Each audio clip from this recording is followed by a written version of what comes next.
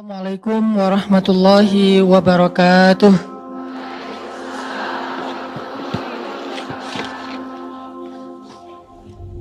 Innal hamdalillah nahmaduhu wa nasta'inuhu wa nastaghfiruh.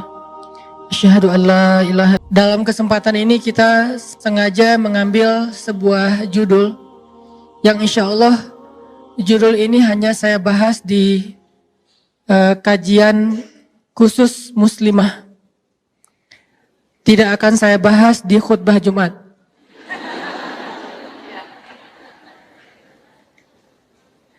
Kenapa demikian? Karena ada beberapa materi yang memang kadang harus memilih siapa yang layak mendengarnya dan siapa yang mungkin tidak terlalu berkepentingan untuk mendengarnya. Walaupun semua ilmu dalam Islam itu baik didengar oleh laki-laki ataupun didengar oleh perempuan. Tapi ada materi-materi khusus yang kadang ketika didengar oleh orang yang tepat, maka insya Allah itu juga akan menjadi kebaikan yang lebih besar. Contoh, ketika kita duduk di antara ibu-ibu kayak gini, di antara perempuan, di antara cewek-cewek, tergantung istilahnya apa dan itu nggak penting. Mau istilahnya cewek, perempuan, gadis, ibu-ibu, ladies, yang penting solehah. Jadi istilah cewek adalah istilah yang baik, istilah gadis adalah istilah yang baik, istilah ladies adalah baik, perempuan apalagi, karena dalam bahasa Indonesia aslinya perempuan itu artinya seorang yang terhormat dari kata empu, atau wanita, atau woman, atau apapun. Yang jelas dia adalah insya Allah mu'minah, solihah, qanitah, hafidhatun lil ghaib, so'imah. Tapi so'imah dalam makna yang umum ya, bukan nama orang. Ini semuanya adalah ketika saya duduk di antara ibu-ibu atau di antara para perempuan kayak gini, saya membahas tentang hadis-hadis suami yang penyabar. Kira-kira efeknya apa? Saya bahas hadis-hadis bagaimana menjadi suami yang penyabar, bagaimana menjadi suami yang teladan, menjadi imam yang baik, menjadi ayah yang baik ke anak-anaknya. Kira-kira efeknya apa? Ketika kita pulang, kita akan berharap suami kita atau keluarga kita, pasangan kita menjadi seperti yang dibahas tadi kan ya. Jadi saya melihat itu adalah kaca pembesar, bukan cermin. Banyak orang ketika mereka mencari ilmu, mereka mendapatkan kaca pembesar daripada cermin. Sehingga bertambah ilmu, bertambah mudah melihat kekurangan orang lain. Bertambah mudah untuk memperbesar aib-aib orang lain. Sehingga ketika dia nambah ilmu, dia akan melihat, ini kayak si fulan nih. Nambah ilmu, ini kayak suami saya banget nih. Nambah ilmu nih kayak orang istri saya banget. Kenapa? Karena dia mendapatkan kaca pembesar. Sedangkan saya berharap ketika kita duduk dalam majelis ilmu, kita mendapatkan dua. Pertama, charger iman, fast charging kalau perlu, atau minimal power bank untuk iman kita. Yang kedua, kita dapat cermin. Sehingga bertambahnya ilmu, bertambahnya wawasan, membuat kita bisa semakin melihat kekurangan kita, bercermin terhadap nilai-nilai baik yang ada di Al-Quran dan Sunnah untuk kita memperbaiki diri. Itulah basicnya orang mencari ilmu. Ketika dia datang, niatnya adalah menemukan cermin yang lebih jernih, yang lebih jelas untuk melihat kekurangan dirinya sendiri. Bukan menemukan kaca pembesar. Karena kalau ilmu dijadikan sebagai kaca pembesar, maka ilmu itu nanti berujung ke dalam forum debat. Karena kita kayak dapat argumentasi baru nih. Kita kayak dapat bahan baru untuk mendebat orang lain akan kekurangan-kekurangannya. Tapi kalau ilmu dijadikan sebagai cermin, maka insya Allah itu ilmu itu akan menjadi bahan untuk kita memperbaiki diri dan bahan untuk kita mendekatkan diri kepada Allah Subhanahu wa taala. Jadi karena ini adalah forumnya muslimah, forumnya ibu-ibu dan cewek-cewek yang solehah, insya Allah maka saya akan membahas khusus materi nasihat-nasihat Sayyidah Aisyah kepada para istri atau para muslimah di zamannya.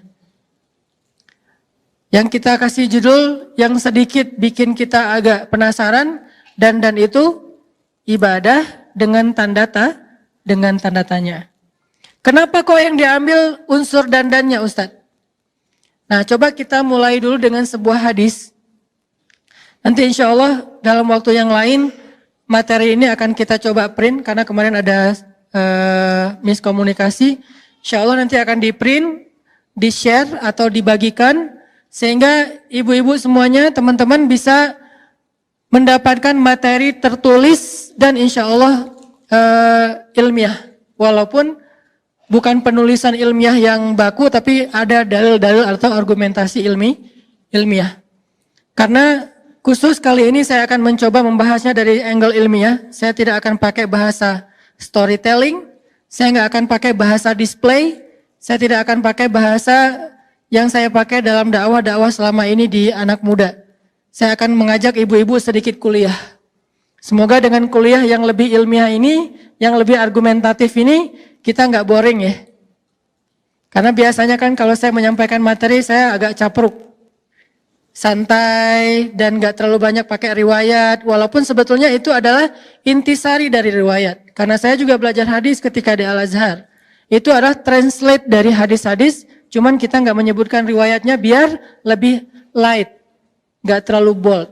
Tapi kali ini saya akan coba bahas dari angle yang lebih bold sedikit, mudah-mudahan kita tidak salah paham, sehingga dengan demikian kita akan bisa benar-benar tumakninah, merasa tenang dengan beberapa hal yang kita coba anggap sebagai satu kebenaran.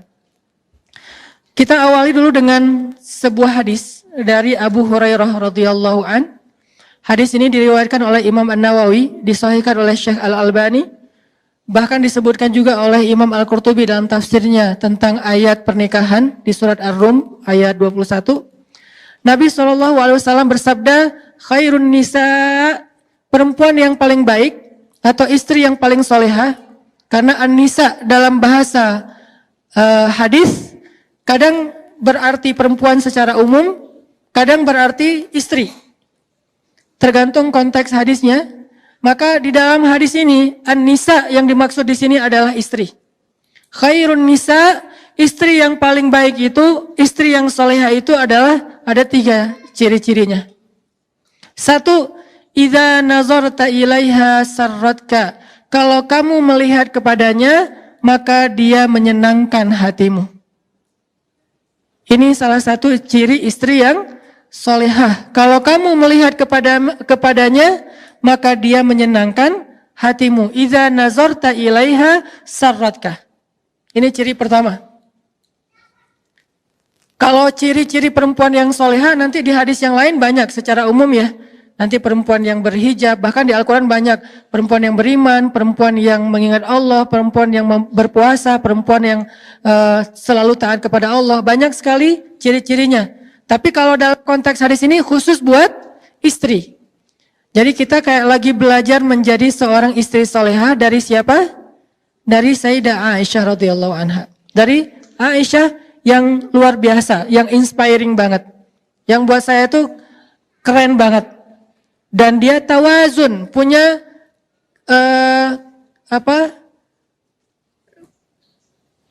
keseimbangan dalam segala hal, perfect dalam segala urusan. Bukan hanya masalah ahli ibadah, dan kita tahu gimana ahli ibadahnya Aisyah, bukan hanya dalam masalah jawad, karim, suka menginfakkan hartanya, kita juga tahu gimana Aisyah sekali menginfakkan hartanya itu 1000 dirham.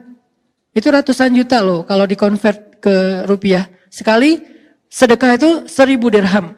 Tapi kita juga akan membahas sisi lain dari Aisyah yang membuat Aisyah ini kata Nabi seperti garam di dalam satu masakan. Kalau nggak ada garam gimana pun bumbunya banyak kayak ada yang kurang gitu kan ya.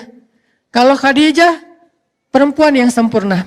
Fatimah perempuan yang sempurna. Maryam perempuan yang sempurna. Asiyah istri Fir'aun perempuan yang sempurna. Terus Aisyah, dia seperti garam di dalam masakan. Kalau nggak ada ini, walaupun dia sedikit saja, kalau nggak ada, jadi hambar semuanya. Dan itulah Aisyah radhiyallahu anha. Sehingga ketika kita belajar dari Aisyah, kita belajar unsur garamnya. Bukan pecinnya ya, tapi garam. Kalau pecin kadang gurih tapi nggak sehat. Kalau garam gurih dan menyehatkan. Oke, materi sudah diposting di IG Soft Muslimah buat nanti teman-teman yang mau mengakses. Bisa sekarang, bisa nanti setelah acara ini. Kata Nabi, khairun nisa, sebaik-baik perempuan atau sebaik-baik istri itu adalah idza nazarta ilaiha sarratka. Kalau kamu melihat ke arahnya, maka dia menyenangkan hatimu.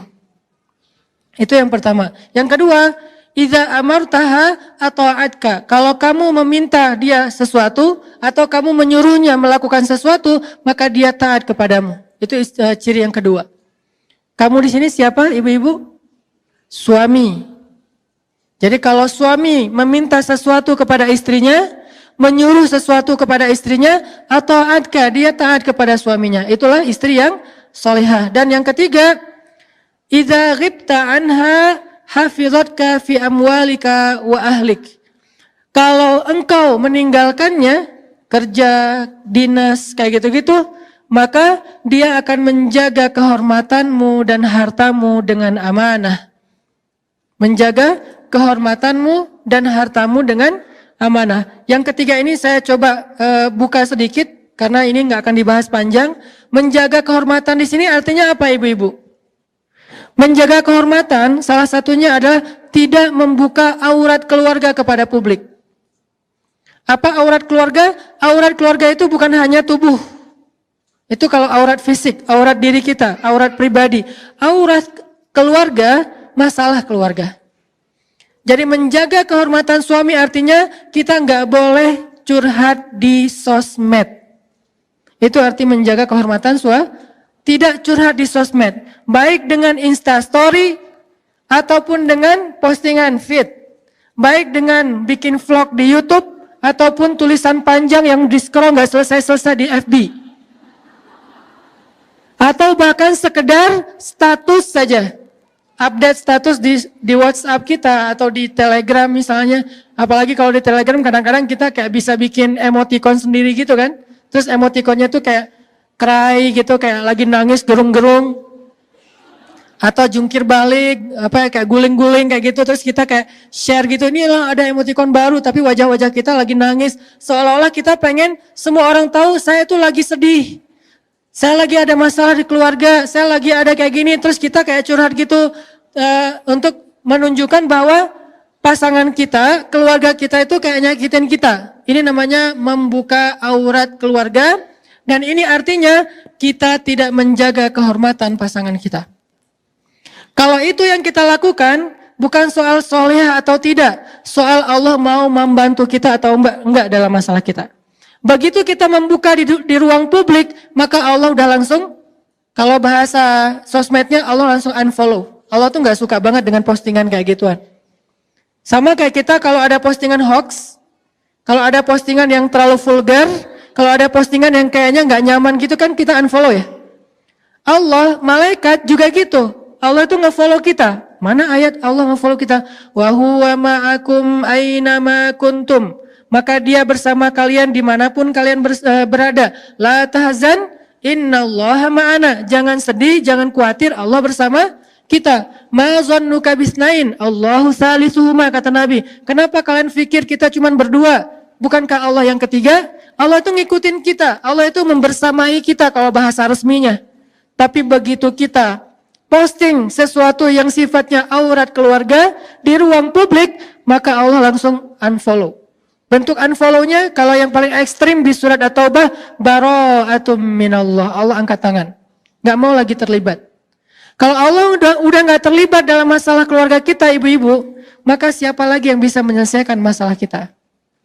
Kalau Allah udah gak terlibat dalam masalah kita dengan pasangan kita, terus siapa yang akan membujuk hati pasangan kita agar dia kemudian jadi sayang lagi sama kita? Agar dia kemudian ngaku bersalah, agar dia kemudian insaf, agar dia kemudian memperbaiki diri. Siapa yang akan membolak-balikan hati dia Kalau Allah udah nggak terlibat, memangnya publik bisa membolak-balikan hati manusia, bahkan hatinya sendiri nggak bisa. Karena hati manusia ada di antara jemarinya Allah. Allah lah yang membolak-balikan hati itu. Yuqallib dzatal yamin wa dzatal shimal, itu Allah yang melakukan. Sehingga kalau Allah udah angkat tangan, udah nggak ada lagi yang akan menolong kita dalam masalah keluarga kita. Jadi kita ingin ditolong oleh followers, oleh netizen, oleh publik, atau ingin ditolong oleh Allah Subhanahu wa taala. Kalau ingin ditolong oleh Allah, maka kalimat terakhir tadi adalah idza ghibta anha hafizatka fi amwalika wa ahlika. Kalau kamu tidak bersama dengan dia, dia menjaga kamu. Salah satu adalah menjaga kehormatan. Nanti ibu-ibu boleh, ini hanya kasih clue aja. Nanti ibu-ibu boleh cek di surat curhat di Al-Qur'an. Apa surat curhat teh? Surat Al-Mujadalah. Itu kan terjemahannya curhat. Kalau Al-Mujadilah, perempuan yang curhat. Kalau Al-Mujadalah, curhat. Jadi tergantung kita bacanya dilah atau dalah. Kalau kita baca Mujadilah, berarti perempuan yang lagi curhat. Kalau kita baca Al-Mujadalah, berarti curhat itu sendiri. Surat Al-Mujadalah berkisah tentang seorang sahabiat, seorang perempuan yang solehah banget, yang luar biasa, namanya Khawlah bintu Tha'labah. Yang dia itu dizolimi oleh suaminya, disakitin oleh suaminya, bahkan diputusin dengan cara yang kejam banget oleh suaminya. Kok kejam Ustaz? Ya kejam banget. Karena diputusin yang kejam yang kita tahu itu kan dia ngomongnya, kita adik kakaan aja yuk. Itu kan kejam ya. Ngajak jadi adik kakak kan kejam ya. Ini ada yang lebih kejam. Apa kalimatnya? Kita jadi anak dan ibu aja yuk. Itu lebih kejam loh. Dalam bahasa fikih dikenal dengan istilah zihar. Cuman saya karena dakwahnya di segmen anak muda, di teman-teman yang sama-sama dengan saya juga baru belajar hijrah, saya nggak banyak menggunakan istilah-istilah fikih, istilah tafsir, istilah hadis, langsung ditranslate, diputusin. Diputusin. Cuman orang kadang-kadang apaan sih diputusin? Mungkin dia nggak paham segmentasi dakwah saya yang sedang saya jalanin. Dia masih menggunakan bahasa pesantren, zihar. Bahkan banyak dari kita nggak tahu apa itu zihar. Sehingga butuh translate. Zihar itu diputusin dengan cara ngomongnya apa? Kita jadi anak dan ibu aja. Itu lebih kejam daripada dulu ada yang mutusin kita jadi adik kakak aja. Kita temenan aja yuk, kita sahabatan aja yuk. Kamu udah aku anggap kayak sahabat sendiri kok. Kita udah nggak gitu-gitu amat lah gitu ya. Teman tapi gitu deh. Nah ini ada yang lebih kejam daripada teman tapi gitu deh. Apa? Kita jadi anak dan ibu. Artinya haram selama-lamanya. Seperti ibu haram bagi anaknya. Bukan lagi istri. Akhirnya Khawlah ketika dizolimi oleh suaminya, dia curhatnya ke siapa ibu-ibu? Curhat kepada Allah, tapi minta fatwa kepada Nabi. Nanti coba baca pembukaan dari surat Al-Mujadalah. Kalau bisa satu halaman, tapi fokus ke ayat pertamanya dulu, bahwa kalimatnya, tujadiluka fi zawjiha wa tashtaki ilallah. Dia meminta pendapatmu tentang kata-kata suaminya, tapi dia curhatnya, tashtaki, curhat ke Allah. Jadi dia tidak curhat kepada Nabi. Dia hanya meminta nasihat dari Nabi tentang kata-kata suaminya, kira-kira menjatuhkan talak apa tidak. Kalau bahasa sekarang tuh istifta, meminta fatwa kepada Ustadz. Ustadz, suami saya bilang gini, kamu buat saya itu seperti ibu, kira-kira itu jatuh talak gak Ustadz? Cuman segitu doang. Tapi urusan suami saya itu emang orangnya temperamen, suami saya itu gak bisa jaga lisan, suami saya itu zalim, itu gak disebutkan ke Nabi. Dia menyebutkan itu kepada siapa? Wa tashtaki ilallah. Dia menyebutkan itu kepada Allah saja. Akhirnya apa yang terjadi ibu-ibu? Ketika Khawlah curhatnya kepada Allah, akhirnya Allah yang ngebelain Khawlah. Bukan Nabi, bukan sahabat, bukan manusia, bukan siapapun. Bahkan Nabi tidak membela Khawlah awalnya, karena Nabi tidak faham. Sehingga ketika Khawlah nanya kepada Nabi, apa hukumnya kata-kata suami saya ya Rasulullah? Nabi mengatakan itu sudah jatuh talak zihar selama-lamanya wahai Khawlah. Khawlah gak terima, dia kayak ngerasa nggak rela gitu berpisah dengan suaminya karena dia sayang sama suaminya. Gimana pun dizolemin, inilah perempuan. Kadang-kadang dia sakit hati, tergores, tapi di balik semua itu cintanya tuh kadang luar biasa ya, lebih daripada laki-laki. Walaupun dia mungkin sedikit gampang tergores, tapi kalau udah sampai ke hal-hal yang sifatnya sakral, dia lebih tahan banting dibandingkan laki-laki. Laki-laki dengan mudahnya mengeluarkan kata talak apa segala macam. Pada akhirnya perempuan yang akhirnya minta kalau bisa ini nggak jatuh talak, Ustadz gimana? Suami saya ngomong kayak gini. Yang akhirnya mencari solusi cewek, ibu-ibu, istri. Sehingga ketika Nabi bilang itu sudah jatuh talak, Khawlah kayak ngerasa sedih dan nggak rela gitu. Masa ya Rasul? Ya wahai Khawlah, nggak bisa balikan lagi? Nggak bisa wahai Khawlah. Artinya apa? Nabi aja nggak bisa ngebelain Khawlah. Padahal Nabi kurang apa coba? Nggak ada lagi manusia yang lebih baik daripada Rasul. Tapi nggak bisa ngebela Khawlah. Kenapa? Karena manusia. Tapi Khawlah curhatnya kepada Robnya manusia, kepada pemilik hati, kepada yang maha tahu segala sesuatu. Wa tashtaki ilallah ilahi Rabbi ashku bathi wa huzni ilaik. Aku adukan rasa sedih dan kecewaku hanya kepada engkau. Bukan kepada Instagram, bukan kepada Snapgram, bukan kepada YouTube, bukan kepada para subscribers, bukan kepada FB friends, bukan kepada siapapun, bahkan bukan kepada geng di grup WA saya ya Allah. Saya nggak posting apa-apa, geng aja nggak tahu masalah saya. Kayaknya mereka ngelihat rumah tangga saya asik-asik aja, biasa-biasa aja. Sampai geng kita banget, yang nggak ada yang orang lain yang tahu apa yang kita bicarain di dalam grup. Mereka nggak tahu. Gitu banget Khawlah teh. Sampai ibunya aja nggak tahu masalah Khawlah. Sampai teman dekatnya aja nggak tahu. Teman dekat kan bahasa kita geng ya. Gengnya aja nggak tahu. Yang tahu cuman Allah kemudian Nabi. Curhat ke Allah, ya Allah, ashku bathi wa huzni ilaik. Aku adukan kekecewaanku dan kesedihanku hanya kepada Engkau. Aku kecewa ya Allah. Aku sedih ya Allah. Aku nggak terima diginiin ya Allah. Akhirnya Allah yang membela Khawlah dengan menurunkan satu halaman penuh dari surat Al-Mujadalah. Bentuknya adalah pembelaan kepada Khawlah. Suaminya dimarahin sama Allah di ayat itu. Disuruh bertaubat oleh Allah di ayat itu. Dikasih beberapa hukuman syariat. Dia harus berpuasa atau memberikan makan kepada fakir miskin dan seterusnya. Sebagai hukuman terhadap kata-katanya yang mutusin istrinya dengan bahasa kita jadi anak dan ibu aja. Ini artinya apa? Kalau kita menjaga Allah, Allah jaga kita. Bentuk menjaga Allah dalam urusan rumah tangga, jaga kehormatan rumah tangga kita yang Allah perintahkan. Hafizatka fi amwalika wa ahlika. Nanti Allah yang akan menjaga hati kita, menjaga perasaan kita, menjaga rumah tangga kita. Allah yang akan terlibat. Ini poin yang ketiga ya. Walaupun bukan akan kita bahas panjang. Inilah 3 ciri istri solehah yang disampaikan oleh Nabi dalam hadis riwayat An-Nasai. 1, idza nazarta ilaiha sarratka. 2, idza amartaha ata'atka. 3, idza ghibta anha hafizatka fi amwalika wa ahlika. Yang akan kita bahas yang mana ibu-ibu? Dari 3 ciri itu. Yang pertama, karena hubungannya dengan dandan. Idza nazarta ilaiha sarratka. Kalau kamu ngelihat ke dia, maka dia menyenangkan hatimu. Kalau bahasa saya, kalau diliatin tuh nyenengin. Gak bisa lepas juga ya dari capruk bahasa santai lah ya, gak apa-apa ya. Gak terlalu resmi gak apa-apa. Kalau dilihat nyenengin. Ini cewek luar biasa nih, ngelihat dianya aja betah. Seorang istri yang soleha, buat suaminya tuh betah melihat ke arah dia. Kenapa? Itulah salah satu cara agama menjaga pandangan laki-laki adalah dengan menyuruhnya menikah.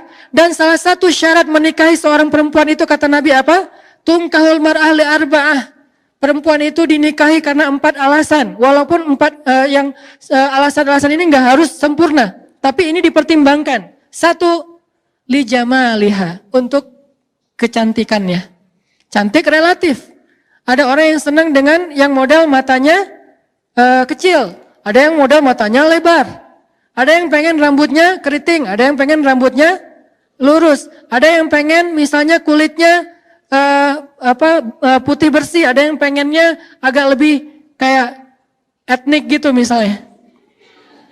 Ada yang pengen misalnya yang kurus. Ada yang pengen dia nggak kurus-kurus amat. Karena kalau terlalu kurus dia kayak nggak apaan sih gitu-gitu amat.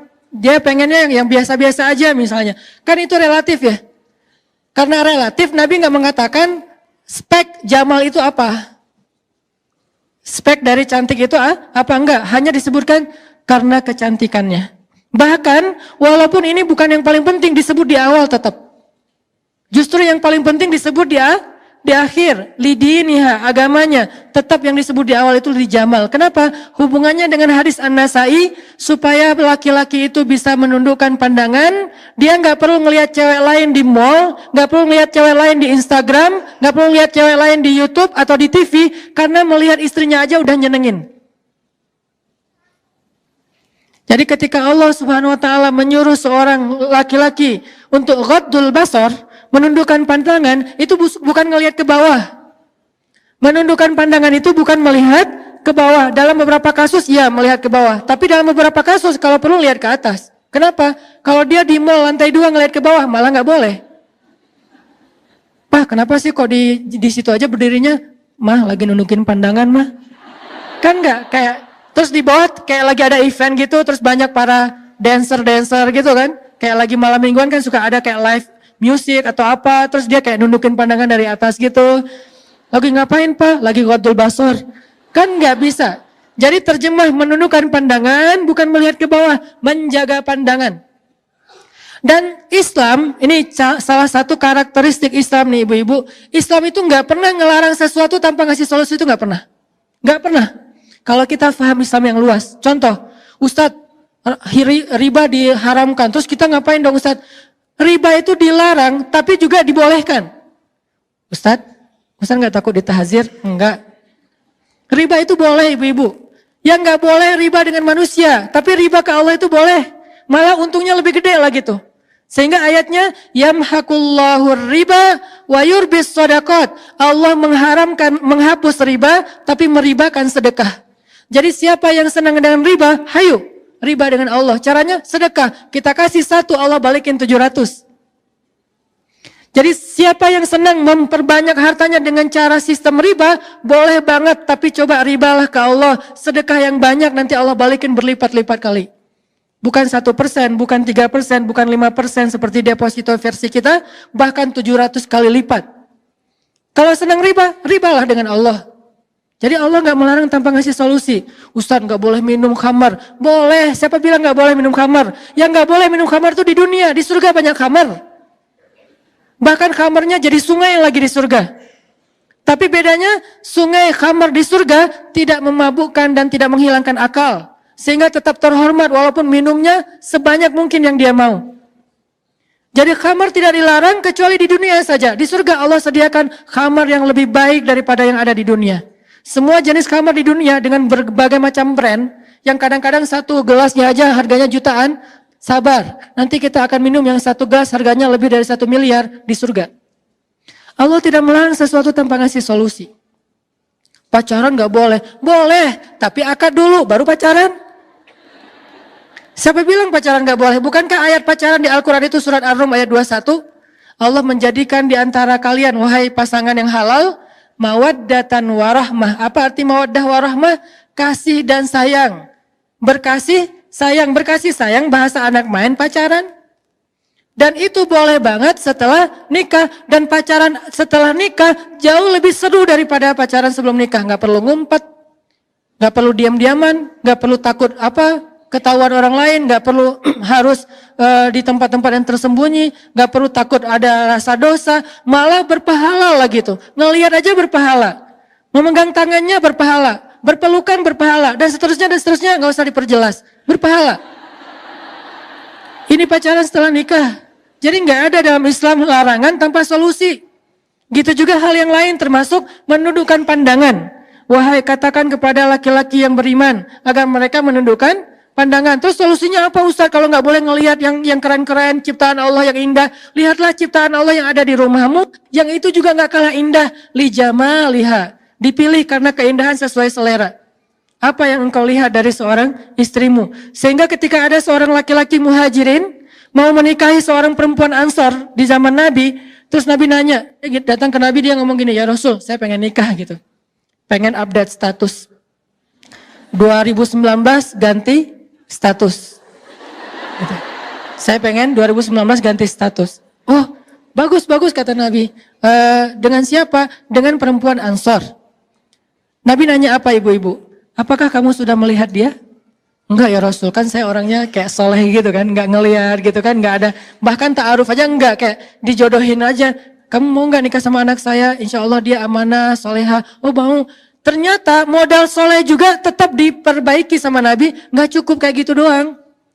Mentang-mentang kamu sama-sama soleh soleha, terus enggak saling ngelihat, enggak kata Nabi, lihatlah mereka, lihatlah dia. Akhirnya kata laki-laki ini, saya pun mencuri-curi pandang untuk melihatnya. Mencuri-curi pandang, bahasa sosmednya stalking. Bahasa sosmednya stalking. Saya pun cari-cari tahu tentang dia. Oh ini orangnya. Tapi kalau stalking yang lebih baik itu jangan di sosmed, karena itu hasil editan. Wah ternyata benar ya, soleha cantik lagi tuh pas ketemunya. Di mana ya orangnya? Saya. Loh kok agak-agak beda ya. Ini gara-gara apa? Hasil editan. Di sosmed itu ngeditnya sampai 3 kali loh.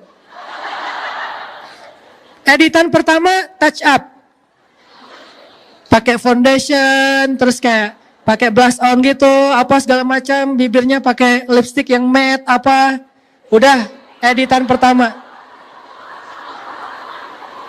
Kok usah tahu? Kan judulnya juga dandan. Itu demi menguasai materi ya. Enggak, istri saya pakai soalnya. Buat suaminya insya Allah. Terus yang kedua, apa? Editan yang kedua teh, pakai kamera depan. Soalnya kamera depan tuh agak-agak blur gitu, jadi nggak kelihatan ada apa goresan-goresan. Yang ketiga, editan pakai aplikasi gratisan. Wah, semalaman ngedit. Ini gimana caranya biar apa matanya agak dilebarin dikit nih. Alisnya ditambahin. Terus jadi kayak nggak simetris gitu, agak-agak miring. Repot semalaman baru besok pagi posting berharap dapat banyak like. Itulah kalau kita stalkingnya di IG. Kalau pengen stalking langsung datang ke rumahnya. Pak, saya pengen ketemu sama si Neng. Seneng yang mana gitu. Calon saya, oh ya ditampingin sama bapaknya, ditemenin. Duduk aja bertiga gitu, atau berempat, atau berlima, atau sekampung, gak masalah. Duduk, lihat langsung. Dan perempuan yang bercadar pun dalam konteks ta'aruf kayak gini, sebagian ulama mengatakan boleh membuka cadar hanya untuk calon pasangannya. Sampai dibolehkan membuka cadar bagi perempuan yang bercadar khusus untuk calon pasangannya. Di riwayat yang lain mengatakan nggak perlu lihat wajahnya, cukup lihat matanya dan tangannya saja. Yang jelas lihat. Kenapa? Lihat. Kadang ada selera menurut temennya cantik, menurut dia kok saya biasa aja ya. Kalau gitu jangan paksain. Kenapa? Karena dia nggak akan jadi solusi kamu dalam menundukkan pandangan. Seorang istri harusnya idza nazarta ilaiha saratka. Kalau dilihatin suami itu nyenengin suami banget. Sehingga dia malas banget nonton film apa kayak drakor segala macam. Udah ada drakor di rumahnya. Gak perlu nonton K-pop, udah ada K-pop di rumahnya. Gak perlu nonton apa misalnya lagu-lagu barat segala macam, udah ada itu di rumah. Gak perlu nonton model-model yang seksi karena udah ada di rumahnya. Siapa bilang gak boleh beli pakaian seksi di mall? Ibu-ibu kalau jalan ke Arab Saudi, saya pernah nggak sengaja, bukan saya stalking ya. Nggak sengaja nih lagi jalan di mall Saudi, kan di Saudi cewek-cewek rata-rata bercadar ya. Cewek bercadar tapi belinya maaf, pakaian-pakaian yang kayak orang di pantai kayak gitu, pakaian-pakaian yang mungkin, sebutlah kalau bahasa perempuan mungkin kayak lingerie gitu belinya, tapi bercadar. Pertanyaan saya, bercadar, lingerie, terus pakainya gimana ya? Ternyata lama-lama saya menjadi paham, oh itu saking solehanya nih perempuan, di luar dia tidak mau tabarruj. Tabarruj itu bukan larangan berdandan ibu-ibu. Tabarruj itu larangan berdandan untuk yang bukan muhrim. Harus diperjelas, bukan berdandan titik, bukan. Karena berdandan titik itu masih relatif. Ada sisi positif, ada negatif. Dandan bisa ibadah, bisa dosa. Kalau dandan yang keluar rumah berlebihan dan membuat fitnah, itu namanya tabarruj. Wala tabarrujna tabarrujal jahiliyatil ula. Tapi kalau dandannya untuk suami, itu namanya tazayyun. Dan tazayyun bagian dari ibadah seorang istri. Nanti kita baca nasihat-nasihat Aisyah tentang itu. Sehingga seorang istri ketika dia membeli pakaian-pakaian yang menyenangkan suaminya, walaupun tidak harus berlebihan, nggak usah terlalu kayak vulgar juga, kayak maaf mungkin terlalu kayak bikin dia jadi kayak terlalu caper atau apa, asal menyenangkan suaminya. Syaratnya apa? Kalau dia belanja bawa suami. 1, biar dibayarin. Sebetulnya nggak harus bawa juga sih, nanti kan bisa dirimbas ya. Habis beli, Pak mau dapat pahala nggak? Pahala apa mah? Pahala dandan. Caranya rimbas dong semua biayanya gitu. Bisa. Yang kedua, biar suami yang memilih. Kayak beli body lotion. Saya kalau beli body lotion istri, saya milih. Alhamdulillah. Istri saya nanya, yang ini body lotionnya kan banyak nih, mau yang mana? Kalau aku sih senang yang fruity, saya bilang. Oh fruity, ya udah fruity kan banyak macam-macam. Ya terserah suami, bisa aja fruitynya misalnya rasa durian gitu. Aku sih yang durian aja boleh nggak? Oh boleh, beli aja. Pakai. Rumah kita kenapa ya kayak lagi musim durian? Iya, body lotion gitu. Terserah suami deh. Kenapa? Karena kita ingin menyenangkan. Kan niat awalnya itu kan. Idza nazarta ilaiha sarratka. Jadi benar-benar suami itu kayak betah banget di sebelah istri karena body lotionnya juga kayak aroma kesukaan dia banget. Misalnya kayak fruitinya tuh strawberry atau mungkin apa kayak gitu-gitulah yang saya juga nggak ngerti. Kalau saya taunya beberapa doang misalnya. Nah itu bisa bikin terus kayak beli parfum. Parfumnya yang kayak gimana? Aku yang seneng yang ada kayak manis-manisnya gitu. Oh ya udah vanilla aja ya, vanilla, beli aja vanilla. Jadi kalau kayak pakai baju terus pakai parfum vanilla di sebelah suami, suami kayak merasa kamu harum banget sih.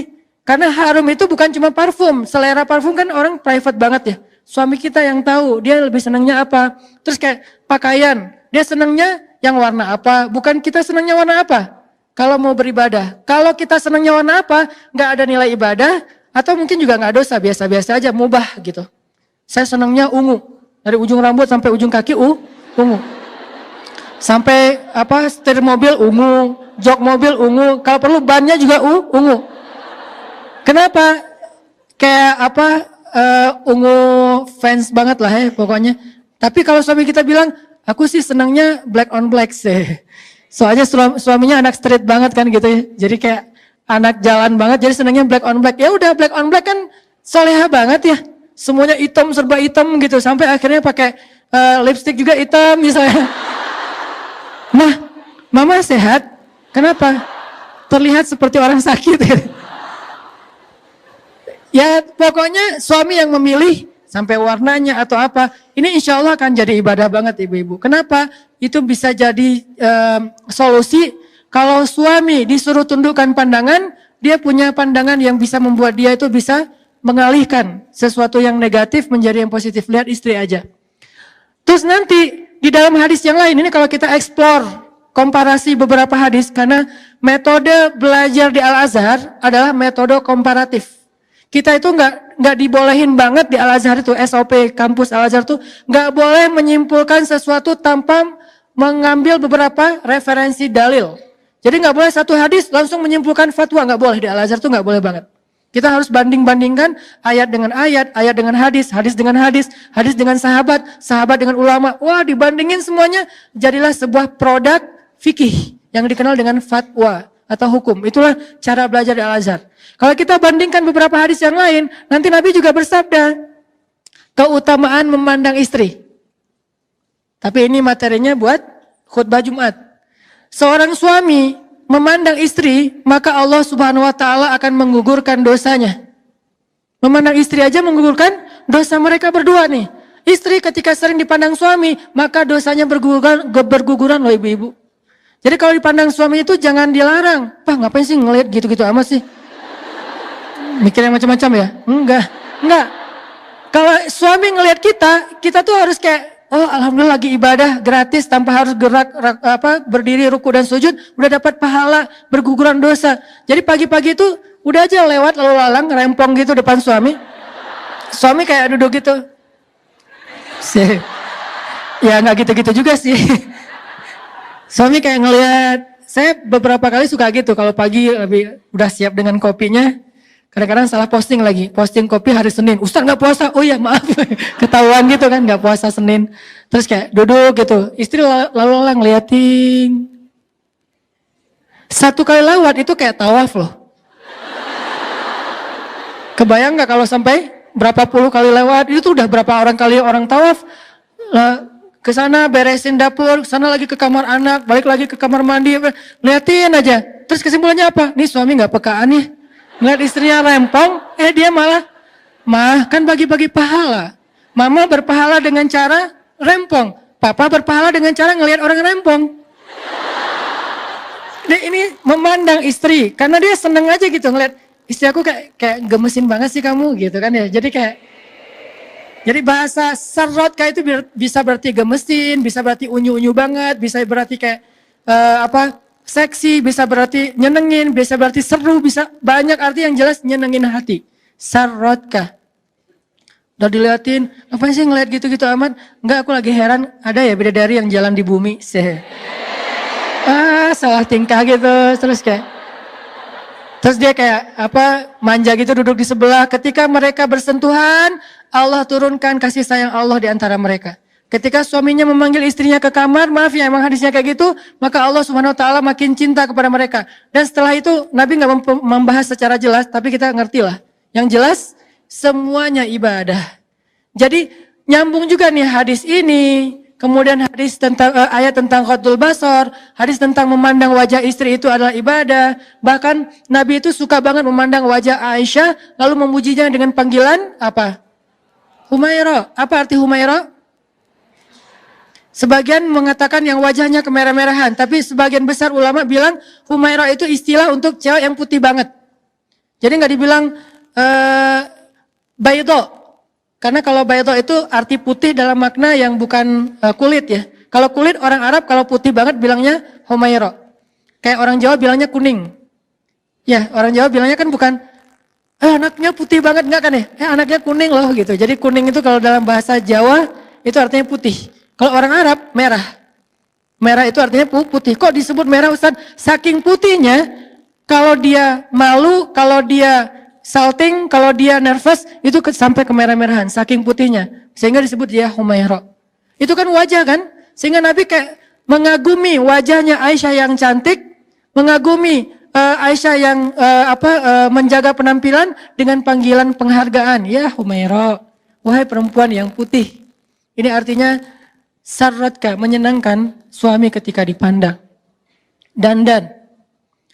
Nah, kalimat menyenangkan hati, ini saya baca juga ya, kata ulama nih, kalimat menyenangkan hati di dalam hadis tersebut adalah anjuran agar perempuan memperhatikan sikap dan penampilannya di hadapan suami. Sebab istri yang soleha akan memperhatikan penampilan ketika di hadapan kekasihnya, baik secara zahir maupun batin.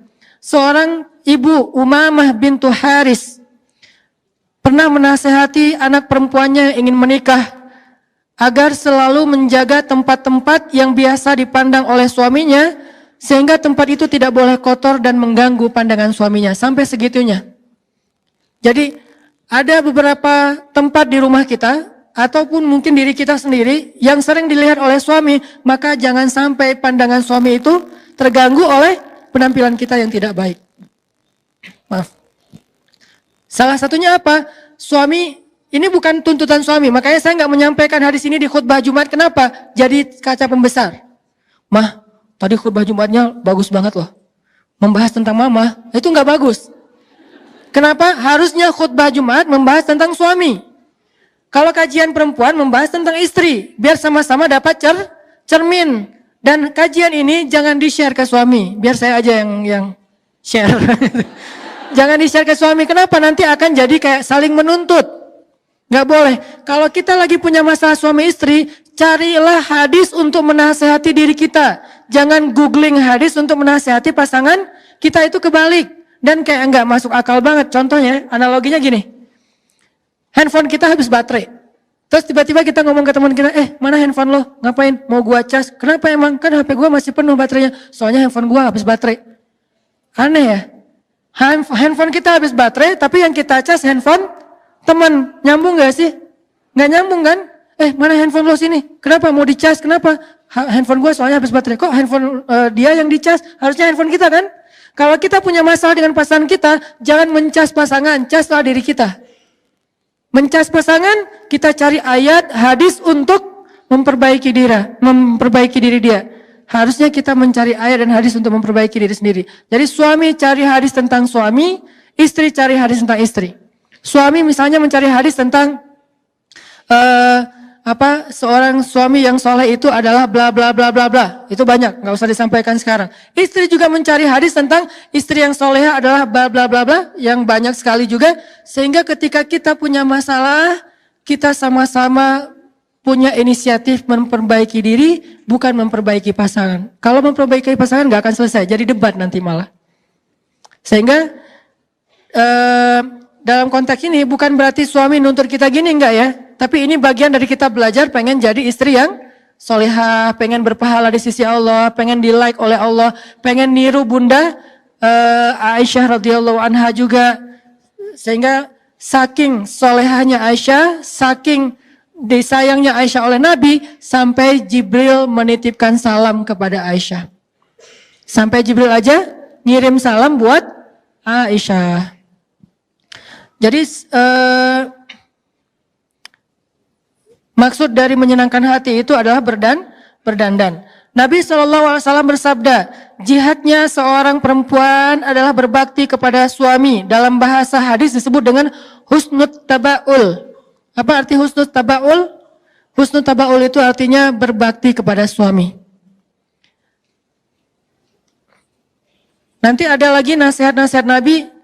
Kata Nabi SAW, tiga golongan manusia yang tidak diterima sholatnya dan tidak akan naik amal solehnya ke langit. 1. Budak yang melarikan diri sampai dia kembali kepada tuannya.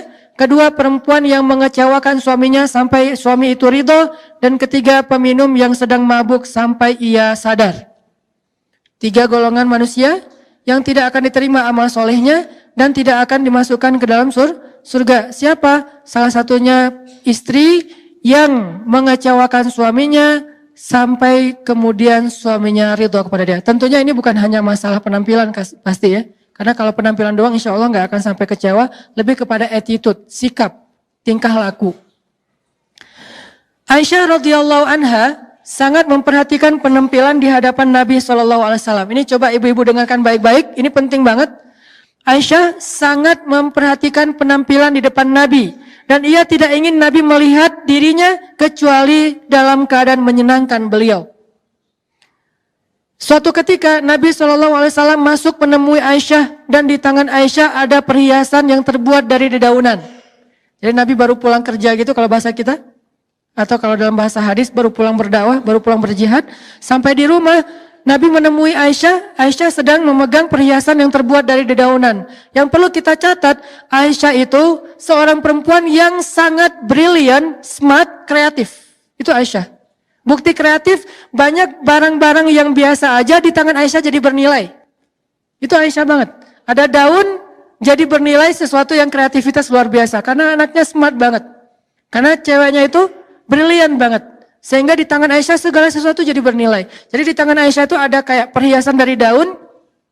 Nabi bertanya, ini apa wahai Aisyah? Kata Nabi. Dan kalimat ini harus dibaca dengan nada storytelling ya. Bukan nada khutbah. Kalau nada khutbah, ini apa wahai Aisyah? Kan gak enak ya. Jadi kayak Nabi baru pulang-pulang tiba-tiba teriak, ya Aisyah apakah ini? Apaan ya? Ini jadi gini ya. Storytelling tetap harus dipakai. Ini apa Aisyah? Karena Nabi kalau ngomong sama istrinya gak pernah teriak kan. Gak pernah bentak, gak pernah teriak, ngomongnya lembut. Ini apa Aisyah? Apa jawaban Aisyah? Ini aku pakai berhias untukmu wahai Rasulullah. Jadi ketika Nabi pergi, Aisyah ngapain? Bikin hiasan, bikin sesuatu yang bisa dia pakai ketika Nabi pulang, dia pakai untuk menyenangkan Nabi. Cuman kebenaran Nabi pulang dadakan gitu, Nabi ketuk pintu dibuka sama Aisyah, dan di tangan Aisyah masih ada hiasan itu yang belum jadi. Terus Nabi nanya, ini apa Aisyah? Ini mau saya pakai untukmu ya Rasulullah, supaya menyenangkan hati Rasulullah SAW. Apakah ini sesuatu yang dianggap tidak penting? Kalau gitu kita menganggap Aisyah melakukan hal yang gak penting dong. Kalau gitu kita menganggap Aisyah melakukan hal yang sia-sia. Gak mungkin, Aisyah itu brilian banget, soleha banget. Maka apa yang Aisyah anggap penting, maka itu ibadah. Apa yang Aisyah nggak penting, maka itu amal solih. Kalau Aisyah sampai segitu-gitunya memperhatikan berhias untuk Rasulullah, berarti berhias untuk suami itu adalah ibadah dan amal solih yang penting insya Allah. Apalagi dalil yang lain. Begitulah Aisyah radhiyallahu anha bersungguh-sungguh dalam berdandan untuk membahagiakan Nabi. Sehingga ia memperhatikan hal-hal yang kecil agar Nabi melihatnya dalam keadaan penampilan terbaik. Sampai terkadang ia sibuk mengurus dandanannya untuk Nabi dan melewatkan satu majelis ilmu bersama Nabi. Ini kata ulama. Saking sibuknya Aisyah berdandan untuk Nabi, kadang-kadang Aisyah nggak hadir dalam majelis ilmu bersama Nabi. Coba, seolah-olah kadang-kadang berdandan lebih utama daripada duduk di dalam majelis ilmu. Terkadang, bukan selalu ya. Kenapa nggak ikut talim kemarin? Lagi dandan. Oke. Terus besoknya, kok nggak ikut lagi? Kan dandan. Minggu depan, kok nggak pernah hadir sih? Kita bikin talim udah sering loh. Kan ibadah itu dandan. Nggak gitu-gitu amat juga sih. Islam itu kan syumul ya, komprehensif. Bukan satu hal doang, jangan parsial. Tapi juga bukan berarti talim nggak pernah mikirin dandan. Seolah-olah dandan itu nggak penting. Enggak. Satu dari 3 ciri cewek solihah itu adalah dandan untuk suaminya. Nah Aisyah sampai nggak hadir dalam majelis ilmu bersama Nabi gara-gara lagi sibuk berdandan. Apa dalilnya Ustadz? Dalilnya suatu hari ketika Nabi sudah wafat, yang menggantikan Nabi mengajar hadis di Masjid Nabawi siapa? Abu Hurairah. Karena yang paling banyak menghafal hadis Nabi Abu Hurairah. Suatu hari Abu Hurairah mengajar hadis-hadis Nabi di Masjid Nabawi dan Aisyah ikut mendengar dari ruangnya, dari kamarnya, dari rumahnya di sebelah masjid. Aisyah dengerin gitu. Abu Hurairah meriwayatkan Rasulullah bersabda. Apa yang membuat Aisyah heran? Aisyah heran banyak hadis yang disampaikan Abu Hurairah Aisyah nggak pernah mendengar dari Rasulullah. Sehingga ketika selesai majelis, lalu Aisyah bertanya kepada Abu Hurairah, memanggil Abu Hurairah, ya Abahir, wahai Abu Hurairah, itu panggilan Abu Hurairah, Abahir. Ya Abahir, wahai Abu Hurairah, kenapa saya nggak mendengar hadis yang kamu sampaikan tadi dari Rasulullah? Banyak sekali yang saya nggak tahu. Dari mana kamu dengar, wahai Abahir? Kenapa saya nggak dengar? Apa jawaban Abu Hurairah? Wahai ibu kami, itu panggilan untuk Aisyah karena istri Nabi adalah ibunya orang yang beriman.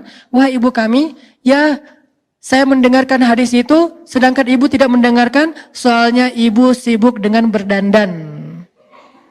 Jadi saya mendengarkan hadis ketika ibu lagi sibuk berdandan. Ini bukan sindiran, ini bukan celaan untuk Aisyah, tapi ini untuk menunjukkan bahwa Aisyah ada kalanya waktunya dia lagi repot dengan dandanannya sampai tidak sempat menghadiri majelis hadis bersama Rasulullah SAW. Sehingga jawaban Abu Hurairah, ya hadis itu enggak ibu dengarkan karena saya tidak disibukkan dengan berdandan seperti ibu untuk Rasulullah SAW. Ini dalil para ulama yang jarang diangkat, angle-nya enggak ke sini. Jadi saya pernah sih dengar beberapa ustadz cerita tentang hadis yang sama, cuman angle-nya apa? Angle-nya tentang Abu Hurairah menghafal hadis lebih banyak dari Aisyah. Tapi kalau saya ngambil angle yang lain, walaupun itu juga benar. Angle yang lain apa? Ternyata saking sibuknya berdandan, terkadang Aisyah sampai nggak sempat hadir dalam majelis hadisnya Rasulullah SAW. Padahal Aisyah tahu majelis ilmu itu pahalanya luar biasa. Tapi karena lagi dandan, ya udah deh tanggung. Ini dikit lagi masa mau sebelah doang kan ya? Ya udah 2. Majelis ilmu udah kelewat. Ya gimana lagi? Insya Allah itu juga ibadah dan yang ini juga ibadah. Ini menjadi bukti bahwa Aisyah sangat memperhatikan penampilannya di depan Rasulullah Shallallahu Alaihi Wasallam.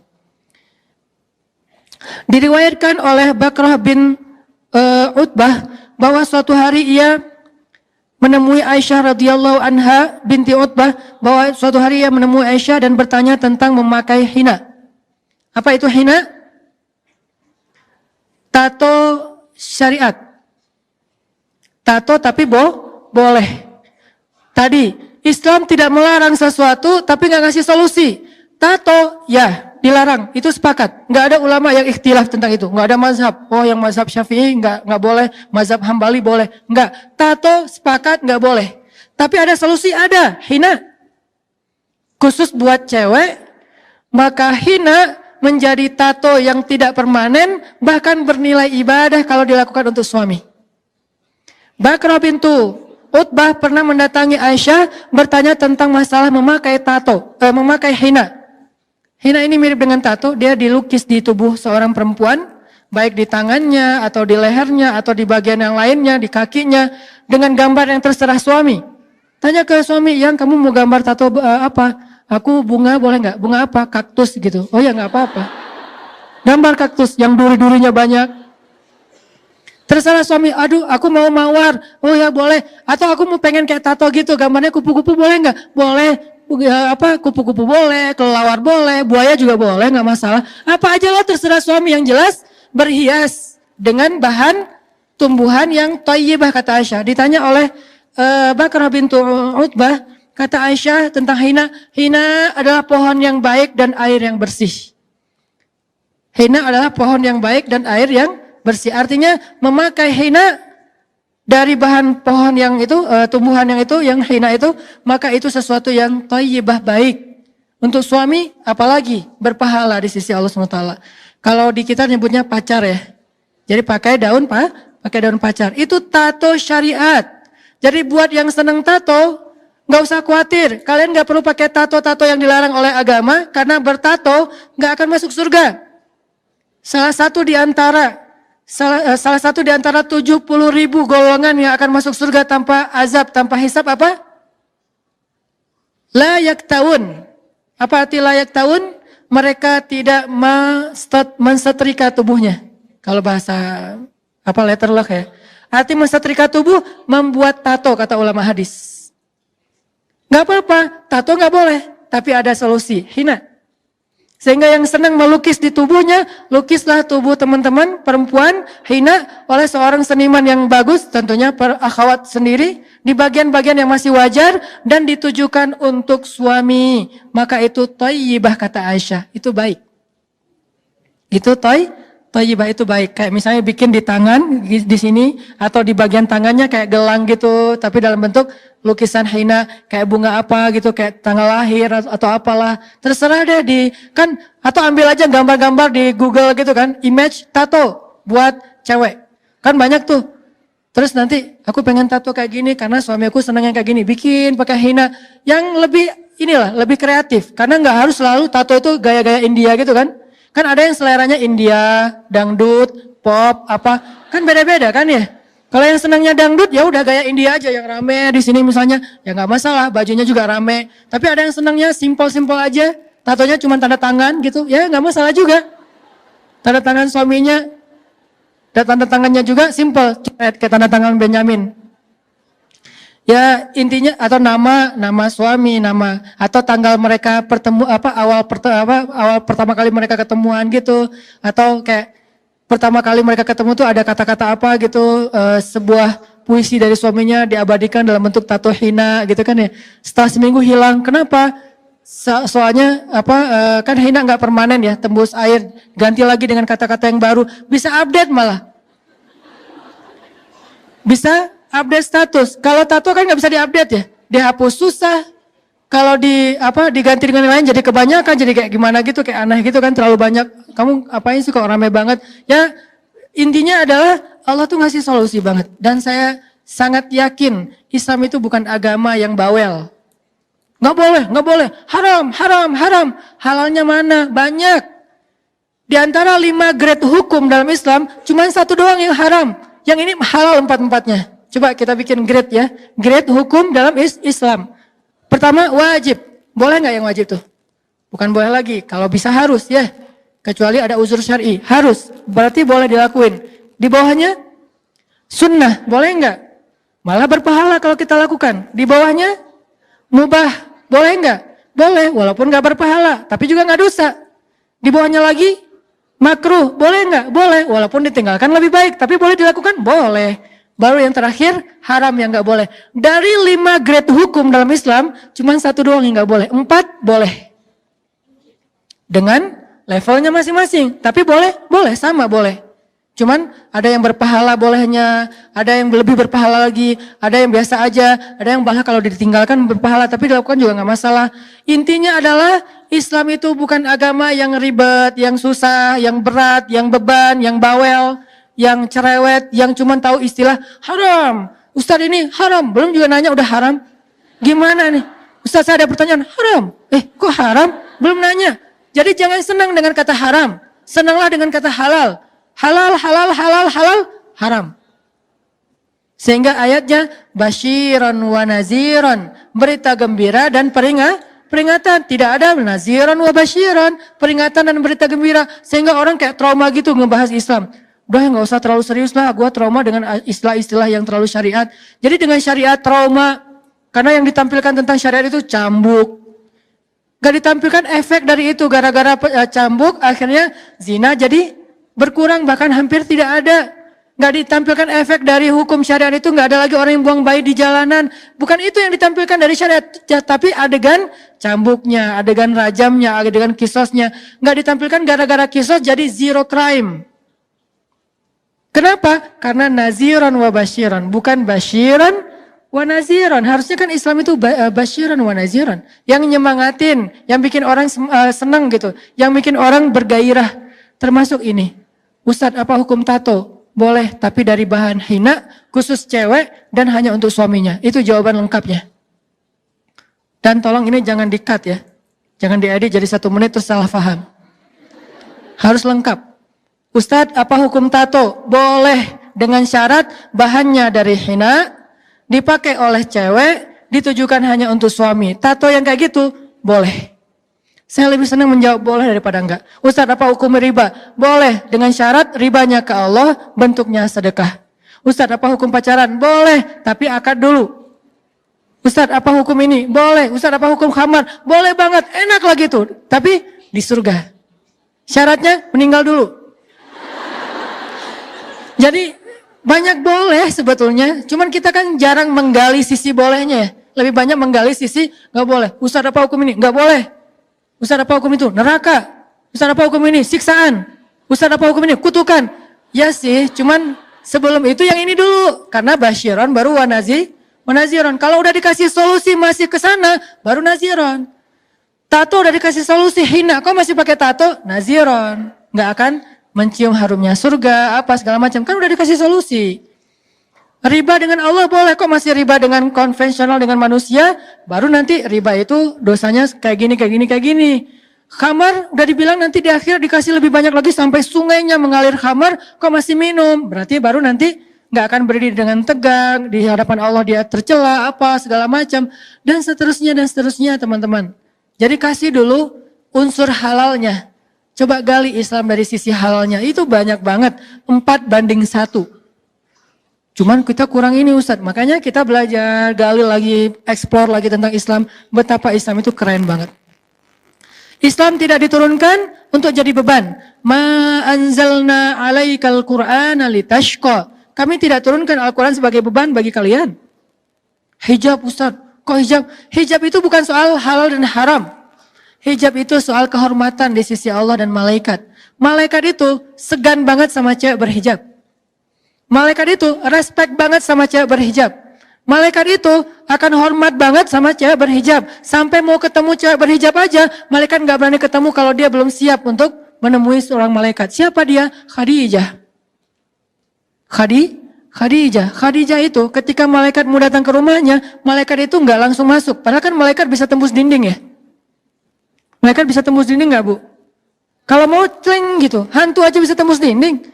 Jin aja bisa tembus dinding, masa malaikat nggak bisa? Kenapa sih? Kayak Jibril kayak ribet banget sih mau masuk ke rumah Khadijah, kayak ngetuk pintu dulu, terus permisi dulu. Karena Jibril itu respect banget sama Khadijah. Kenapa? Karena Khadijah tidak pernah membuka auratnya, kecuali hanya untuk orang yang boleh melihat auratnya. Terhormat. Sampai-sampai nanti unsur lainnya, saking dihargai oleh Allah ketika kita menutup aurat masa hidup, Allah yang akan menjaga aurat kita ketika kita wafat. Jaga Allah, Allah jaga kamu. Apa contohnya? Tsunami di kampung saya di Aceh dulu. Alhamdulillah, sejak saya pergi ke Mesir, Allah kasih hidayah, ibu saya udah gak pernah lagi membuka hijabnya. Kalau keluar rumah, kalau dulu kan hijab itu cenderung kayak pakaian resmi ya. Acara resmi baru berhijab. Kalau ke warung doang, ya standar lah ya. Nggak sampai vulgar sih, cuman tapi rambutnya kelihatan. Karena dianggap, cuma ke warung tetangga, kan gitu ya. Tapi alhamdulillah akhirnya paham, oh itu bukan masalah ke warung atau ke tempat yang resmi, tapi menutup aurat. Alhamdulillah sejak saya ke Mesir, ibu saya udah menutup aurat dengan lebih baik. Dan ketika meninggal dalam musibah tsunami, Tsunami itu kan kayak blender. Teman saya, alhamdulillah dia selamat, dia cerita. Dia bilang, dia manggil saya gitu, Hanan, dulu waktu tsunami itu, gua naik ke lantai 2 rumah gua. Dia rumahnya 2 lantai. Naik ke lantai 2 karena dekat laut, itu kelelep juga. Walaupun lantai, karena airnya itu lebih tinggi dari pohon kelapa kalau yang dekat laut. Aris, Bilal, saya manggilnya Aris, panggilan keluarga. Bilal itu kan korban tsunami, dia ke blender dalam tsunami. Dia ininya kan punggung dia itu kan sempat kebelah, terus kakinya sempat sobek besar, kepalanya juga pernah ininya ada beberapa bekas kebelah gitu. Karena dia ke blender dalam tsunami, dia saksi hidup lah dalam musibah tsunami. Dia megang ibu saya, megang kakak saya, mereka bertiga kayak pegangan gitu menghadap ombak tsunami yang katanya lebih tinggi dari pohon kelapa. Itu hitam tapi kayak meletup-letup gitu, pecah gitu, hancur semua yang ada di depannya. Karena udah gak bisa lari, akhirnya mereka ke blender bertiga. Dalam blenderan itu kata Bilal, dia sadar, lepas tangan ibu, lepas tangan kakak. Terus Bilal terdampar nyangkut di atas atap rumah orang tapi udah sobek-sobek, terus dia pingsan gitu. Pas dia sadar ibu udah meninggal di pekarangan rumah, blender tapi selamat ketahuan ininya jenazahnya di pekarangan rumah sama kakak saya. Yang bikin saya berbaik sangka dan jadi kayak hiburan buat saya, udah ke blender, hijabnya gak lepas. Sedangkan teman saya, dia cerita, namanya Habibi, dia cerita, Hanan, dulu gue juga ikut ke blender pas tsunami, gue pakai jeans, pakai baju kaos gue hilang, jeans gue hilang. Kebayang nggak pakai celana jeans yang ketat, pas dia di blender, sadar-sadarnya di atas atap rumah orang, itu udah hilang pakaiannya. Malah pakai celana jeans loh, bukan hijab, bukan jilbab yang longgar ya. Jeans kan ketat, susah banget kan dibuka kan. Sampai kalau darurat kan susah banget tuh dibuka tuh. Itu padahal ngebuka pakai tangan kita aja susah. Buka kancingnya dulu itu susah. Apalagi di blender harusnya kan, apalagi dalam air harusnya kan gak kebuka. Tapi saking parahnya tuh blenderannya, Habibi ini selamat udah gak pakai jeans, udah gak pakai kaos. Untungnya mungkin Allah masih menjaga aurat dia, masih pakai pakaian dalam. Tapi jeans sama kaosnya udah hilang. Ibu saya, dan ada beberapa kejadian perempuan muslimah, aktivis dakwah, yang mereka ke blender juga, ditemukan di depan rumah, ditemukan di jalan, tertelungkup, tapi hijabnya sempurna. Padahal ke blender, itu hadis, jagalah Allah, Allah jaga kamu. Jaga Allah ketika kamu hidup, Allah jaga kamu ketika kamu wafat. Kalau di dunia aja digituin sama Allah, gimana di akhirat? Gak mungkin dia akan dibuka aibnya oleh Allah, Allah akan jaga. Allah akan bikin dia terhormat nanti di akhirat. Walaupun nanti di padang mahsyar ada adegan gak pakai apa-apa yang bikin Aisyah malu banget dengan hadisnya kan ya. Kata Aisyah, aduh malu banget sih hadis cerita itu. Kata Nabi, ya Aisyah, waktu itu orang gak akan peduli tentang aurat. Karena orang sibuk dengan likul limri'in yauma idzin sya'nun yughni. Tapi setelah itu Allah langsung tutup aurat cewek-cewek yang berhijab. Ini namanya basyiran. Bukan yang tidak berhijab satu jengkal itu nanti neraka segala macam. Itu yang kesekian. Nomor satunya, bahaslah unsur motivasinya, gairahnya, kebaikannya, kehormatannya. Itulah yang dibahas dalam Al-Quran. Itulah yang dibahas dalam hadis, termasuk bab ini. Ternyata pakai tato itu boleh dengan syarat yang saya sebutkan tadi. Hina, khusus cewek, dan diniatkan buat suami, bukan buat orang lain. Malah tato ini tato berpahala lah gitu. Terus, Bakrah bintu Utbah nanya lagi, bagaimana dengan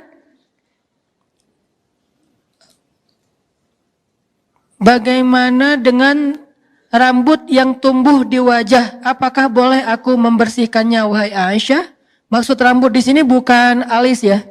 Karena kalau alis itu bukan rambut, namanya alis. Rambut yang tumbuh di wajah cewek itu kadang kumis.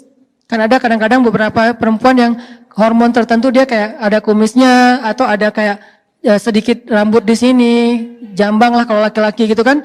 Bolehkah aku membersihkannya supaya cantik? Karena itu natural kan, bukan sesuatu yang apa gitu, dan bukan penyakit juga. Apa kata Aisyah? Jika engkau punya suami, nih, kalau belum punya suami, maka tidak ada kepentingan. Jika engkau punya suami dan membuatmu lebih cantik, maka lakukanlah.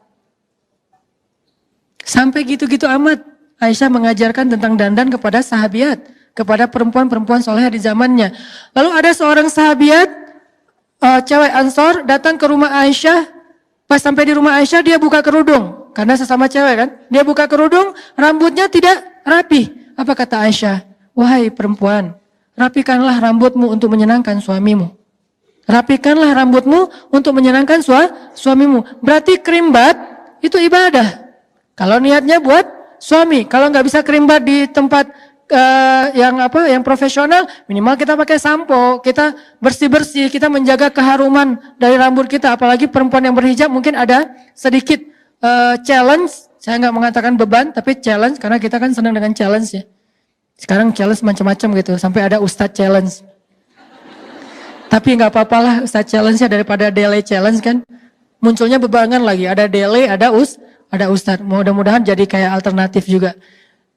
Itu challenge lah. Buat cewek yang berhijab mungkin karena sering ketutup, dia harus lebih sering keramas, dia harus lebih sering bersihin rambutnya, dia harus lebih mentreat rambutnya lebih ekstra dibandingkan yang nggak berhijab. Dan ekstranya ini, challenge-nya ini adalah bagian dari ibadah seorang muslimah. Bukan beban. Wah, enggak simpel banget sih hidup, repot banget. Justru repotnya itu adalah ibadah tambahan, kayak ibadah sunnah. Kalau enggak repot, enggak ada tambahan ibadah. Karena al-jaza ala qadril masyaqqah, balasan tergantung jenis repotnya. Makin repot, makin besar pahala, tergantung jenis kesulitan dalam beramal soleh. Jadi ibu-ibu yang dirahmati Allah SWT, ini satu lagi hadis. Suatu ketika perempuan-perempuan Ansor berkumpul di rumah Aisyah radhiyallahu anha. Lalu Aisyah menasihati mereka. Ini nasihat Aisyah untuk perempuan Ansor, berarti untuk kita juga. Wahai para istri, bertakwalah kepada Rabb kalian, taatilah suami kalian, sempurnakanlah wudhu kalian, dirikanlah sholat kalian, tunaikanlah zakat kalian, penuhilah keinginan suami kalian dalam hal yang suka ataupun yang tidak kalian suka. Hadis diriwayatkan oleh An-Nasai. 1. Wahai para istri, bertakwalah kepada Rabb kalian. Taat kepada Allah. Itu nomor 1, enggak pernah terganti. 2. Taatilah suami kalian. Seolah-olah hadis ini mirip dengan ayat, janganlah kalian menyekutukan Allah dan berbuat baiklah kepada orang tua. Jadi bagi seorang anak, amal soleh nomor 2 terbaik itu adalah berbakti kepada orang tua setelah mentauhidkan Allah. Tapi bagi seorang istri, amal soleh terbaik itu nomor 2 setelah mentauhidkan Allah adalah apa? Taatilah suami kalian. Jadi tergantung status kita. Kita sebagai anak atau kita sebagai istri. Atau kita sebagai dua-duanya, anak dan istri. Berarti kita punya banyak sekali kebaikan. Taatilah suami kalian. Terus, sempurnakanlah wudhu kalian. Karena sebaik-baik perhiasan, sebaik-baik dandanan itu adalah air wudhu. Kalau dandanan kita di dunia itu hanya memberi cahaya wajah kita di dunia saja. Kalau air wudhu memberi cahaya di wajah kita di dunia dan di akhirat. Gak apa-apa berdandan dengan berbagai macam alat kosmetik. Kita bisa punya misalnya beauty case segala macam yang sampai beauty case-nya bukan case lagi. Beauty baggage ya, udah satu bagasi gitu beauty-nya. Ya gak masalah juga. Terus sempurnakanlah wudhu kalian, dirikanlah sholat kalian. Karena Aisyah ini ahli ibadah. Aisyah kalau sholat, sholat sunnahnya dari duha sampai zuhur itu 1 rakaat doang loh. 1 ayat doang.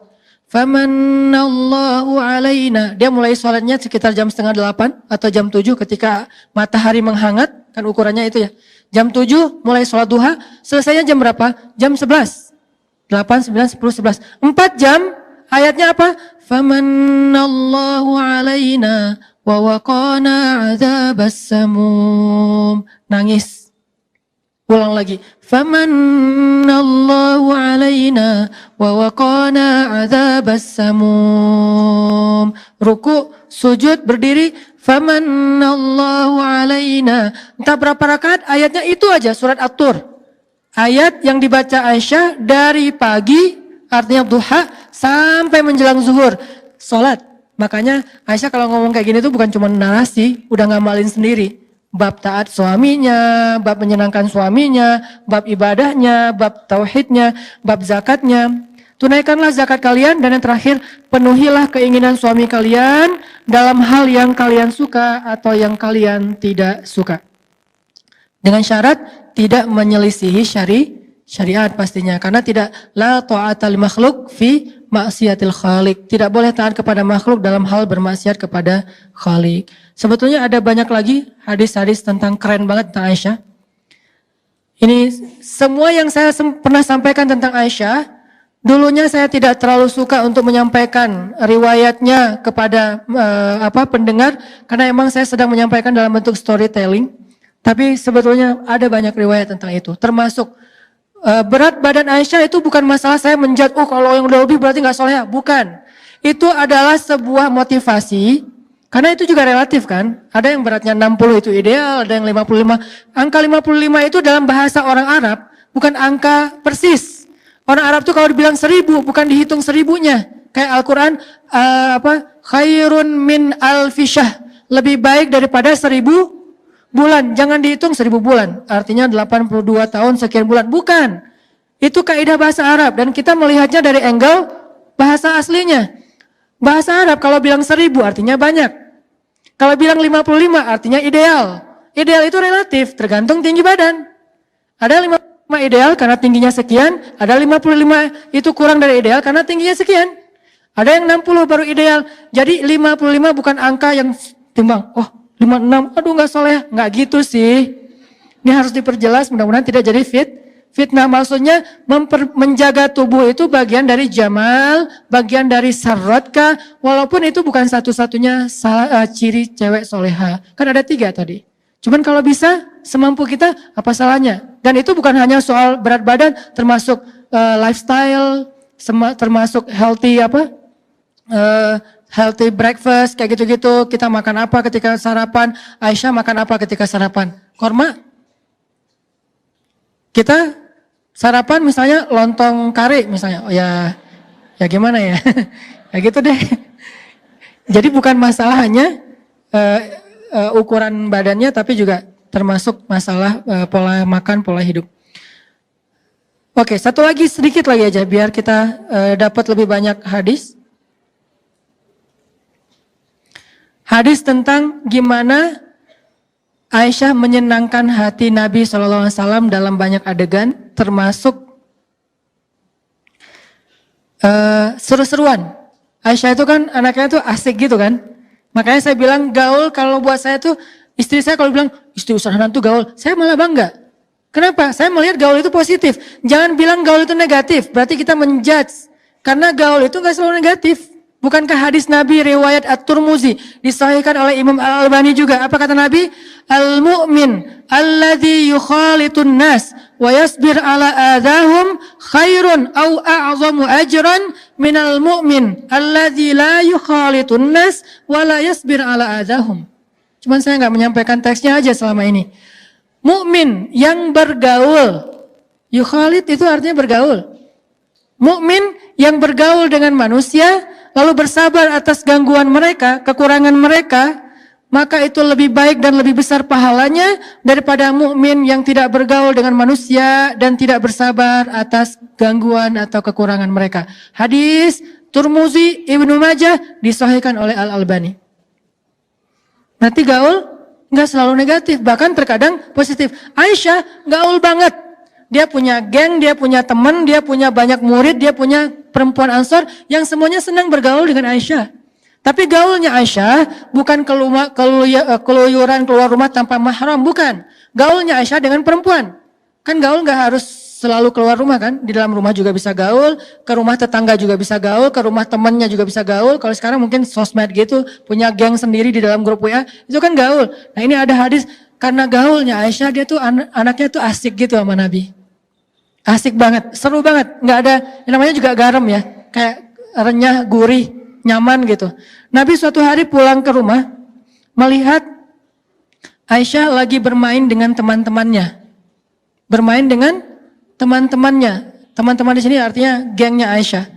Lalu Nabi SAW bertanya, wahai Aisyah lagi ngapain? Kami sedang bernyanyi ya Rasulullah. Maka Nabi pun duduk mendengarkan mereka bernyanyi.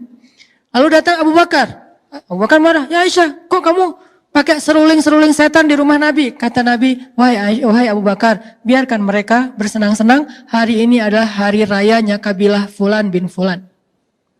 Satu. Kedua, Nabi lagi pulang ya. Ini lucu nih. Nabi lagi pulang ke rumah, tiba-tiba Nabi ngelihat di balik tirai yang kesingkap angin, Aisyah lagi main di kamarnya. Main apa? Main boneka-bonekaan. Hadis ini terjadi ketika Aisyah baru menikah dengan Nabi dan waktu itu usia Aisyah masih anak-anak. Usia 12 tahun lah ya. Bukan ketika Aisyah sudah ABG, karena ada adegan anak-anak, adegan ABG, adegan dewasa. Bahas Aisyah sesuai dengan zamannya.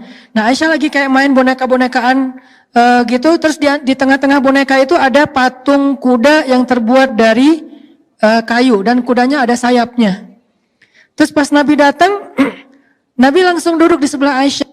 Nabi nanya gini, Aisyah ini apa? Kata Nabi. Nabi kayak pas datang lihat Aisyah lagi kayak main-main gitu, lagi ngatur-ngatur kayak kalau sekarang tuh kayak Barbie, terus kayak Ana, siapa gitu-gitu kan ya. Jadi banyak boneka-boneka gitu diatur-atur sama Aisyah, di tengah-tengahnya ada kuda bersayap. Nabi langsung duduk sebelah Aisyah. Nabi nanya, Aisyah ini apa? Oh ini boneka-boneka aku, kata Aisyah. Terus kalau ini apa? Oh ini kuda. Nabi bilang, memang kuda ada sayapnya. Apa jawaban Aisyah? Ya Rasulullah, emang Nabi gak pernah dengar kalau Sulaiman itu punya kuda dan punya banyak sayap? Nabi langsung tertawa sampai terlihat gigi gerahamnya. Mana gigi geraham? Di sini. Berarti ketawanya lebar. Saking Nabi happy-nya dengan Aisyah. Terkadang kekanak-kanakan sedikit itu gemesin. Gak masalah. Selama masih mungkin tergantung usia juga ya. Kadang dewasa lebih butuh. Kekanak-kanakan juga butuh kan. Buat saya sih bukan berarti kekanak-kanakan tuh harus jadi anak-anak, enggak. Kayak manja, kayak caper-caperan. Itu bikin suami kadang kayak ngerasa cowok banget lah ya.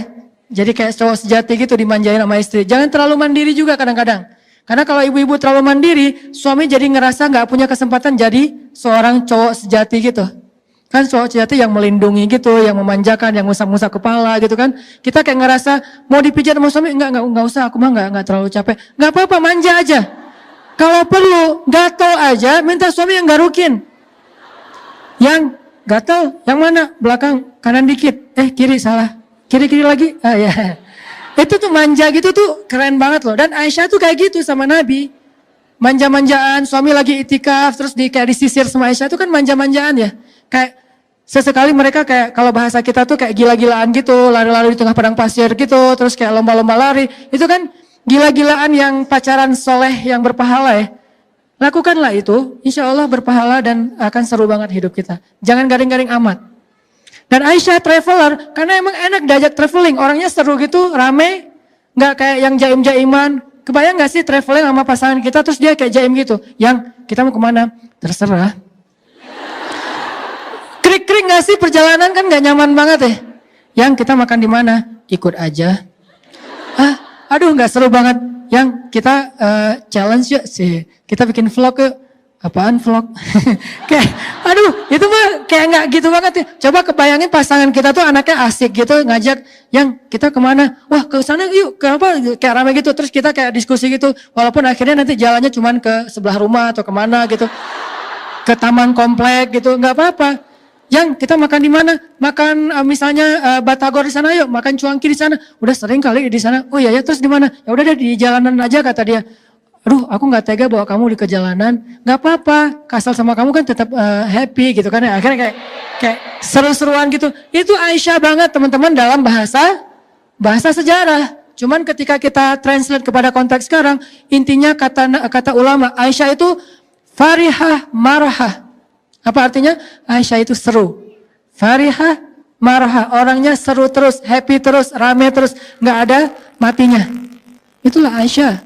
Sisi inilah yang jarang diangkat dari sosok ibunda Aisyah yang keren, super duper keren menurut saya. Kita hanya ngelihat sisi ibadahnya, malunya, hijabnya. Oke, tapi belum sempurna. Banyak sisi lain yang luar biasa dari Aisyah. Sehingga Nabi mengatakan Aisyah itu seperti garam di dalam sebuah lauk. Ayo kita belajar jadi garam buat suami kita, sehingga kalau nggak ada kita kayak ada yang kurang gitu. Dia kumpul sama gengnya, tetap kurang nggak ada kita. Saya kalau ngumpul sama siapa aja selalu bawa istri saya. Kenapa? Kalau nggak ada kamu tetap nggak seru. Tetap aja kalau ada dia tuh kayak seru gitu. Selalu harus kita jadi garam. Dia ngumpul sama gengnya, bawa kita. Kalau enggak tetap kurang. Dia jalan, bawa kita. Kalau enggak kurang. Dia meeting, bawa kita. Kalau enggak kurang. Sampai dia meeting masalah kerjaan aja, dia pengennya ada kita. Kalau kita enggak bisa ikut, dia kayak update gitu.